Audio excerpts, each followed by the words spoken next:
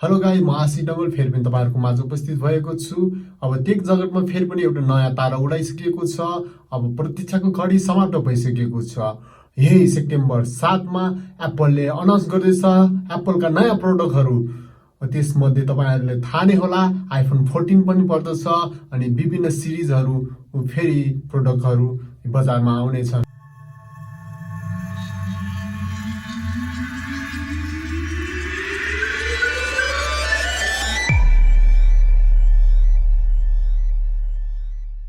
तपाईहरुले Apple event now type गरेर सर्चमा युट्युबमा लेख्नुभयो भने यहाँ यसरी आइरहेको छ एप्पल इभेन्ट फार आउट। अनि यो मेन थम्बनेलले पनि एप्पलले धेरै कुराहरू बताउन खोजेको हुँदैछ। हामीले पहिलाको वर्षको थम्बनेल हेर्यो भने यस्तै एप्पलमा विभिन्न कलरहरू थियो। त्यो कलरले चाहिँ के देखाएको थियो भन्दा एप्पलले गर्ने प्रोडक्ट गर्ने एप्पलको फोन अनि घडीहरू अनि एप्पलका अरू प्रोडक्टहरूको कलरहरू चाहिँ त्यस्तै थियो।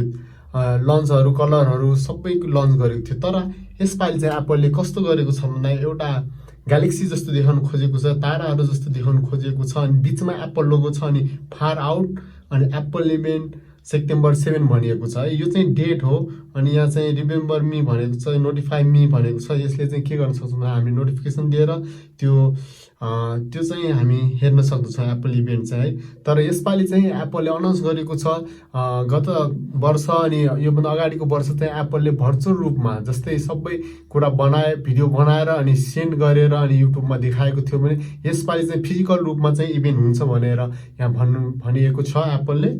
अनि यसपालि यो थम्बनेल अथवा पिक्चरलाई हेर्ने हो भने यसमा के कुराहरू थाहा पाउन सक्छौँ भन्दा एउटा त अवश्य 100% हुन सक्छ कि एप्पलले चाहिँ एस्ट्रोलोजी फोटोग्राफी पनि हुनसक्छ। जस्तै अहिले स्यामसङहरूमा यिनीहरूमा हेऱ्यो भने हामीले मुनको फोटोहरू चन्द्रमाको फोटोहरू जुन खिच्दा अनि खिच्न सक्ने जुमिङ क्यापेबिलिटी भएको चाहिँ फोनहरू उत्पादन गरेको छ स्यामसङ अनि साओमी अनि त्यसै गरेर धेरै कम्पनीहरू छन्। अनि आइफोन भन्दा पनि राम्रो फोटो जुमिङ क्वालिटी भएको चाहिँ पिक्चरमा होइन कि जुमिङ क्वालिटीमा है 100x भएको निकालेको छ स्यामसङले।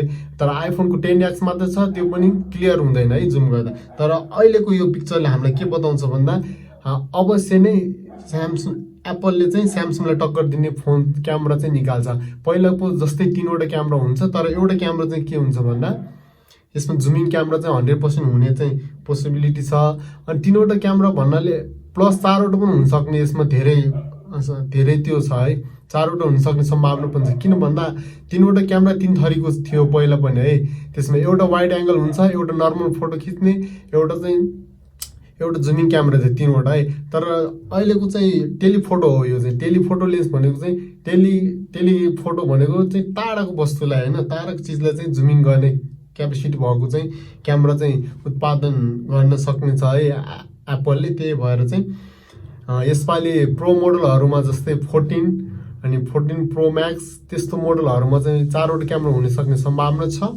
अनि अरू मोडलहरूमा चाहिँ 3वटा मात्रै क्यामेरा हुन सक्ने सम्भावना पनि छ। अनि धेरै रुमर्स अनि लिकहरूको अनुसार चाहिँ आइफोनमा चाहिँ अब कटआउट भन्छ नि। अब पहिलाको आइफोन 10हरू हेर्दा 10 देखि नै अहिले 10, 11, 12 अनि यसरी चाहिँ कस्तो छ कटआउट छ है स्क्रिन तपाईँलाई थाहा नै होला। तर अहिलेको यो प्रो मोडलहरूमा चाहिँ कस्तो हुनसक्छ 14 प्रो अनि 14 प्रो म्याक्सहरूमा चाहिँ यस्तो आई जस्तो एउटा यस्तो पाल अनि यस्तो माइनस चिन्ह जस्तो आई ठ्याक्कै आई जस्तो सिम्बल भएको पनि त्यसलाई पन्च होल क्यामेरा भन्छ है। त्यस्तो स्टाइलको क्यामेरा हुन सक्ने सम्भावना पनि छ भनेर चाहिँ धेरै रुमरहरूले भनिएको हामी सुन्दछौँ। अनि लिक पनि भएको छ यस्तो पिक्चरहरू। कति कुरा तपाईँहरूले युट्युबहरूमा हेर्नुभयो भने है तपाईँहरूले थाहा पाउनुहुनेछ। तर अहिले चाहिँ सेप्टेम्बर अब हामी धेरै प्रतीक्षा गर्नु पर्दैन। सेप्टेम्बर 7 मा चाहिँ एप्पलले यसपालि फिजिकल अब एउटा हलमा अनि सबै मानिसहरूको अगाडि चाहिँ आइफोनको चाहिँ प्रोडक्टहरू चाहिँ अनि यस्तो छ अनि मेरो प्रोडक्ट यस्तो छ उस्तो छ भनेर चाहिँ अनाउन्स गर्नुभएको छ। अनि त्यो पललाई चाहिँ अब तपाईँले सर्च गरेर अहिले नै युट्युबमा सर्च गरेर यो रिमेम्बर मीमा क्लिक गरेर अहिले राख्नुभएको खण्डमा चाहिँ तपाईँहरूले मजाले आइफोनमा के लन्च भयो अनि प्राइस कति भयो अनि त्यसको हरेक विशेषताहरू तपाईँले थाहा पाउन सक्नुहुनेछ। यही भिडियो म तपाईँहरूको लागि सेयर गर्नलाई आज यहाँ उपस्थित भएको छु। आगामी दिनहरूमा एप्पलसँग रिलेटिभ अनि युट्युबसँग रिलेटिभहरू अनि टिप्स एन्ड ट्रिक्सहरू तपाईँहरूको माझ ल्याउनेछु। अहिलेलाई यति नै, बाइ बाइ।